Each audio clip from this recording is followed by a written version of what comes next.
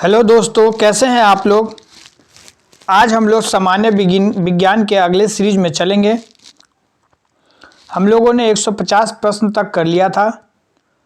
Total हम लोग लगभग 300 प्रश्न करेंगे, जो हम लोग तीनों सब्जेक्ट से फिजिक्स, केमिस्ट्री, बायोलॉजी से कवर कर रहे हैं, जो कि एकदम महत्वपूर्ण क्वेश्चन है। कुछ क्वेश्चंस पहले पूछे गए हैं एग्जाम में और कुछ क्वेश्चंस ऐसे हैं जो पूछे जा सकते हैं।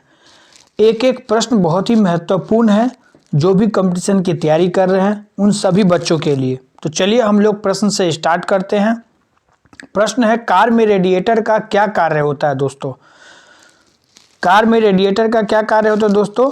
तो रेडिएटर का काम हम लोग सब अच्छी तरह जानते हैं, ये इंजन को ठंडा करता है दोस्तों। क्या करता है रेडिएटर? इंजन को ठंडा करता है। चलते हैं अगले प्रश्न की ओर। मनुष्य के शरीर का ताप कितना होता है दोस्तों। ये तो बहुत ही आसान क्वेश्चन है दोस्तों। बताइए इसका उत्तर। 37 डिग्री सेंटीग्रेड। और फ़ारेनहाइट में दोस्तों कितना होता है? 98.6 या 98 डिग्री फ़ारेनहाइट रहेगा, तो भी हम लोग उत्तर में लगा देंगे। प्रश्न संख्या 153 पर चलते हैं दोस्तों। दूरदृष्टि दोष से पीड़ित व्यक्ति को कौन सा चश्मा लगाया जाता है दोस्तों। चश्मा बताइए कौन सा लगाया जाता है। दूरदृष्टि दोष मतलब कि दूर की चीज़ें दिखाई देती है दोस्तों। तो इसका उत्तर है कि निकट की वस्तुओं दिखाई नहीं देती है दोस्तों। निकट की वस्तु जो है दिखाई नहीं देगी, किस में? दूरदृष्टि दोष में।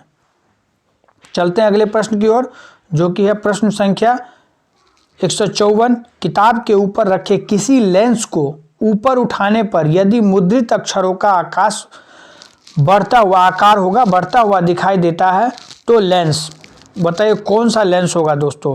ये हमेशा उत्तल लेंस में होगा दोस्तों।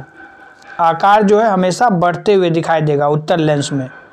चलते हैं दोस्तों अगले प्रश्न की ओर। प्रश्न संख्या 155। यदि किसी लेंस से अक्षरों का आकार छोटा दिखाई देता है तो लेंस कौन सा होगा दोस्तों, बताइए। इसका ठीक उल्टा हो जाएगा दोस्तों। अवतल लेंस में छोटा दिखाई देगा और उत्तल लेंस में बड़ा आकार दिखाई देगा। चलते हैं अगले प्रश्न की ओर, जो कि है प्रश्न संख्या 156।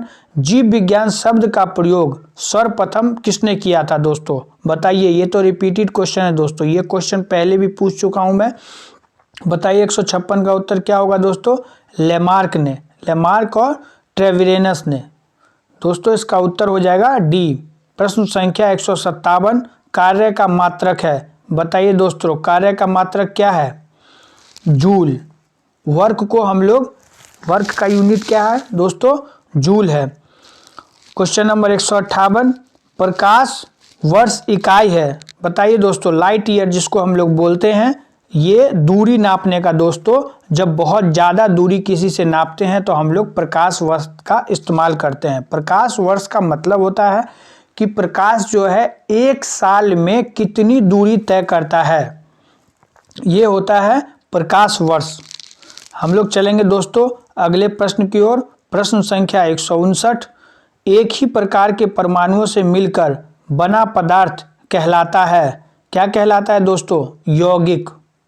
क्या कहलाएगा दोस्तों? यौगिक कहलाएगा, कंपाउंड कहलाएगा दोस्तों।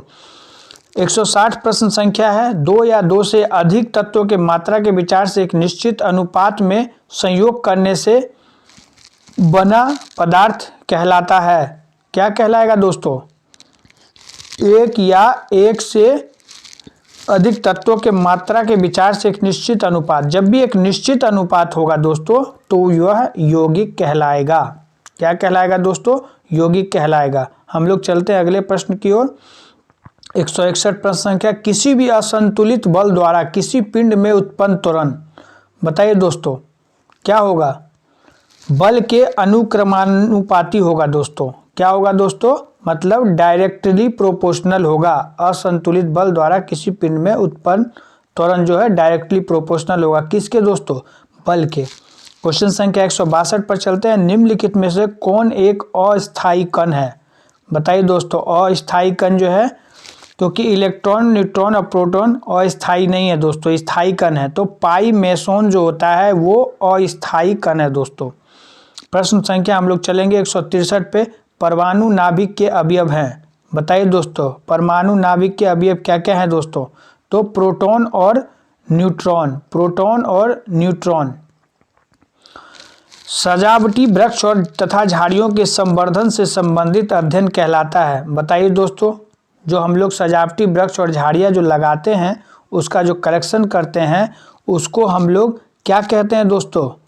तो आर्बोरिकल्चर कहते हैं दोस्तों। क्या कहते हैं दोस्तों? आर्बोरिकल्चर। अब हम लोग चलेंगे प्रश्न संख्या 165 पे। निकट दृष्टि दोष से पीड़ित व्यक्ति के चश्मे में कौन सा लेंस प्रयोग किया जाता है? बताइए दोस्तों, कौन सा लेंस प्रयोग किया जाएगा? अवतल लेंस। और दूर दृष्टि लेंस वाले में उत्तल लेंस हो जाएगा। अगर दूर दृष्टि दोष होगा तो इसका उत्तर उत्तल लेंस हो जाएगा, और निकट दृष्टि दोष जब भी पूछेगा दोस्तों तो हम लोग अवतल लेंस लगा देंगे निकट दृष्टि दोष में। प्रश्न संख्या 166। वैज्ञानिक एडवर्ड जेनर निम्नलिखित में से किस रोग से संबंधित है? बताइए दोस्तों, एडवर्ड जेनर ने किस चीज़ के टीके की खोज की थी दोस्तों? 166 का चेचक के टीके का खोज जब भी आएगा इस प्रश्न को इस तरह भी पूछा जा सकता है कि चेचक के टीके का खोज किसने किया? तो एडवर्ड जेनर ने। अगर पूछ दे एडवर्ड जेनर ने किस चीज़ की खोज की तो चेचक के टीके की दोस्तों। चलेंगे प्रश्न संख्या 167 में। मानव में गुर्दे का रोग किसके प्रदूषण से होता है? बताइए दोस्तों, गुर्दे का रोग किसके प्रदूषण से होता है? ये कैडमियम के प्रदूषण से मानव में गुर्दे का रोग होता है दोस्तों। बीसीजी का टीका निम्न में से किस बीमारी से बचाव के लिए लगाया जाता है? बताइए दोस्तों, बीसीजी का टीका आप लोगों ने सबने सुना होगा। बीसीजी का टीका क्षय रोग के लिए लगता है दोस्तों। किसके लिए? क्षय रोग के लिए। प्रश्न संख्या 169 देखते हैं दोस्तों। प्रकाश संश्लेषण के दौरान पैदा होने वाली ऑक्सीजन का स्रोत क्या है? बताइए दोस्तों, प्रकाश संश्लेषण की जो प्रक्रिया है, प्रकाश संश्लेषण की प्रक्रिया दोस्तों भोजन, सूर्य के प्रकाश के मदद से जो अपना भोजन बनाती है उसको प्रकाश संश्लेषण कहते हैं। तो वहाँ जो ऑक्सीजन का स्रोत है उस प्रक्रिया में वो ऑक्सीजन दोस्तों कहाँ से आता है? वो जल से आता है दोस्तों, H2O से। किससे आता है दोस्तों? H2O से। और प्रकाश संश्लेषण से ऑक्सीजन आता है दोस्तों जिसका हम लोग इस्तेमाल करते हैं। और हम लोगों के अंदर, शरीर के अंदर जो प्रक्रिया होती है उसको श्वसन प्रक्रिया कहते हैं, रेस्पिरेशन। उसमें हम लोगों का क्या निकलता है दोस्तों? By product carbon dioxide.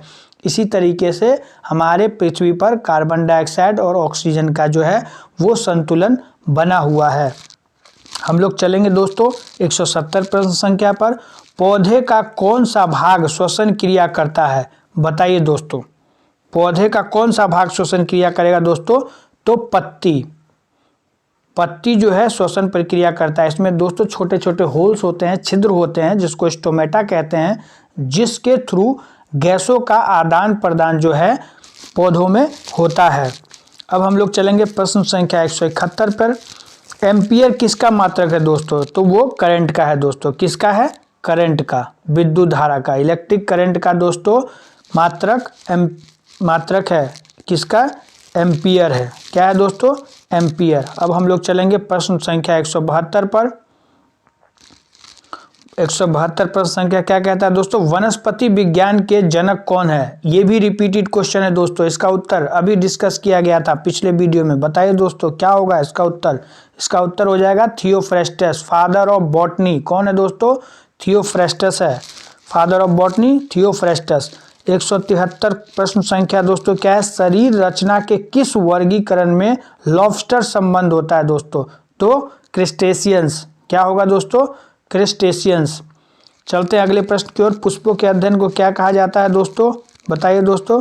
तो एंथोलॉजी। एंथ्रोलॉजी किसको कहते हैं दोस्तों? पुष्पों के अध्ययन को कहते हैं दोस्तों। प्रश्न संख्या 175। वन अनुसंधान संस्थान कहाँ है दोस्तों? बताइए दोस्तों, वन अनुसंधान संस्थान कहाँ स्थित है? बताइए दोस्तों, बहुत ही आसान क्वेश्चन। ये है देहरादून। देहरादून लिखा हुआ है, गलत है, देहरादून होगा।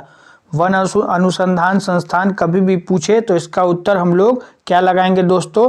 देहरादून। इस सीरीज को यहीं समाप्त करते हैं दोस्तों।